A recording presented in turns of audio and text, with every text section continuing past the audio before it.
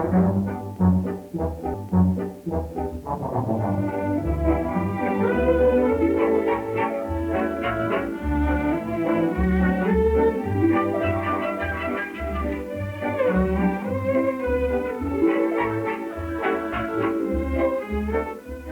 say you've never seen a BTU? Never seen units of heat that people are always talking about? Well, you're looking at a few right now. They're cooperative, helpful little fellows who work tirelessly for us if we keep them on the job. But give a BTU a chance to escape to cool air, oh, you're licked. You'll pay for heat in an oven, but never get the benefits you pay for. So let's listen in on this old-timer and his helper, John. Maybe we'll find out what goes on when the oven door is closed. For Pete's sake, what does she think we are? It was muffins for breakfast, then pies, now meat. 3 jobs already today. Well, look at that. It's hot enough in here already. Well, now we can rest a bit. That wasn't so bad, was it? It wasn't good. Here, have a cigar. It'll cool you off. Yeah? Thanks, anyway. Not bad, not bad. You know, sometimes I wonder if... Johnny! Oh, Johnny, it's coolie air. Are you ready to go? All right, honey. I'll be right with you. I got a date with her. Got to get out of here. Son, that gal Coulier causes more trouble among us fellas. BTUs are forever making dates with her, but can't keep them. Right now, you can't go. There's no escape until that oven door is opened and your job is finished. That's the craziest thing I ever heard of. Look, I've flipped out of lots of ovens. You know BTUs always get away from work when they can. That's the rub. You can't. Boy, I can get out of here in no time at all. See, there's nothing at all to getting out. Sure, John. Anyone knows heat can penetrate metal. But wait until you try the insulation. It's pretty tough. It's like any other insulation. All a BTU has to do is push through it. All right, then I'll burn my way out. Heat will just jump from one fiber to the next, and I'll soon be out in the kitchen where it's cooler. That's one thing heat can't do in that insulation. You might as well give up. No. Here's something that's sure to work. Moisture can ruin insulation. You're wrong again, John. I think you'll find moisture doesn't hurt that stuff much. So you might as well come on down. I'll tip you off about that insulation. Wait a minute. I know one thing I overlooked. Did you notice how she slammed that door? The vibration probably settled the stuff at the top. I'll walk right through. Well, I'll be darned. Guess it's no use. This insulation is escape-proof, son. Vibration just won't shake it down.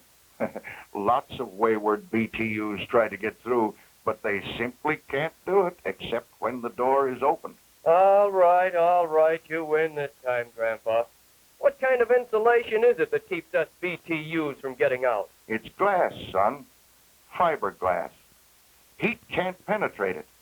It resists moisture. It won't decay, and it won't settle. Glass? But heat goes through a glass cooking dish. Yes, that's right. But you see, this insulation is made up of millions of long glass fibers. Each one of these fibers is actually a fine, flexible glass rod. And just like manufacturing any other glass, these fibers begin as sand. They tell me that the fiberglass laboratory men start right here inspecting for quality and never finish until the product is on its way out of the plant. Even the amount of each ingredient in the batch is controlled to the nearest ounce. The batches are carried to a rotary mixer and then to the tanks for melting into glass. Here I'm told it gets up around 2,800 degrees Fahrenheit, so hot that the sand, soda ash, minerals, stone, and other ingredients become molten. This molten glass, now like thick molasses, flows into a section of the tank they call a forehearth. Here the glass pours through tiny holes in thin streams. As these threads of glass fall, they're yanked downward by high-pressure jets of steam. This bombardment draws out the glass still more, and it falls into a forming chamber as a white, fleecy mass of fibers. Well, that's how fiberglass is made. Now, let's look at a few of its characteristics. Assume that this is a single glass fiber, greatly enlarged. Like a window or a glass bottle, it will not absorb moisture. Since it is unaffected by moisture, it will not shrink, stretch, or swell. Also, fiberglass is non-combustible. Neither a match nor anything else can make the fibers burn. Now, here is something that makes fiberglass different from other insulations and different from other forms of glass.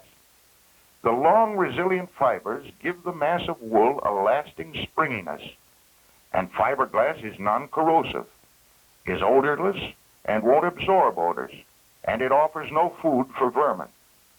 So let's see what all this means to the owner of a fiberglass insulated oven, and incidentally to a Wayward BTU. Though this wool-like mass is highly efficient as a temperature barrier, it's not entirely the glass that makes it so. It's where the glass isn't. Millions of tiny air spaces between the interlaced fibers break up heat transmission, actually trap the BTUs.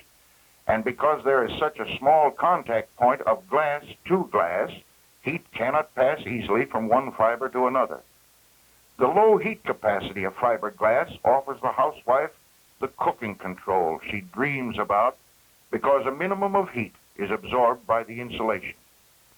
The low thermal conductivity keeps heat inside the oven, making every minute of a BTU's work count for something. So the fiberglass insulation assures the housewife that the heat will cook the food and not warm up the kitchen. And find me a modern housewife who doesn't appreciate a cool kitchen. Now, here's a payoff point about fiberglass, son, one you had to find out the hard way. See this picture of what happened at the top of old-fashioned insulation. Normal household vibration and jarring have settled it, leaving a wide-open path for heat to escape. Endless hours of work for the BTUs that didn't get out, and big fuel bills for the owner. In a modern range with an oven surrounded by fiberglass, the insulation doesn't settle. As the door is opened and closed, the fibers fluff out.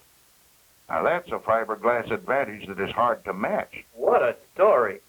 I think they'd use fiberglass insulation for a lot of things. Oh, they do.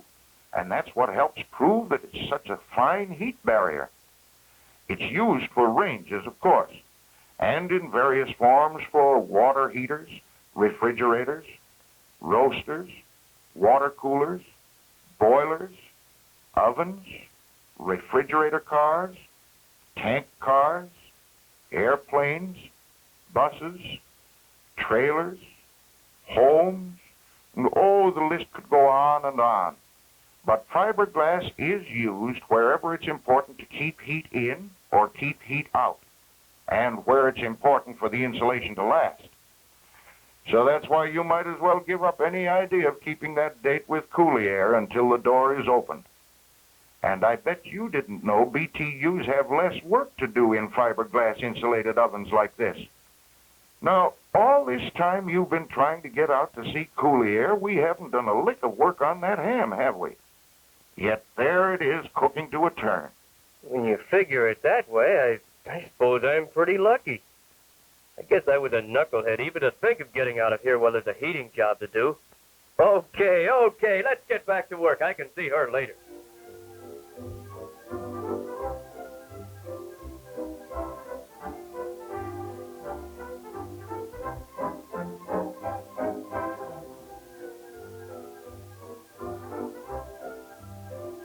Boy, she sure does like it. Yep. In an oven with fiberglass, she can take pride in her cooking and at the same time do her work in a cool, comfortable kitchen. That's right. But someone better tell folks what's happening in poorly insulated ovens before we're all worked to death. Late again. It's getting so BTUs never get out anymore. What's your excuse this time? It's a long story, honey, all about fibers of glass and millions of tiny air pockets. You wouldn't understand. So long, old-timer. See you later. Hey, by the way, How do you keep your whiskers from catching fire? They're fiberglass, my boy. Fiberglass.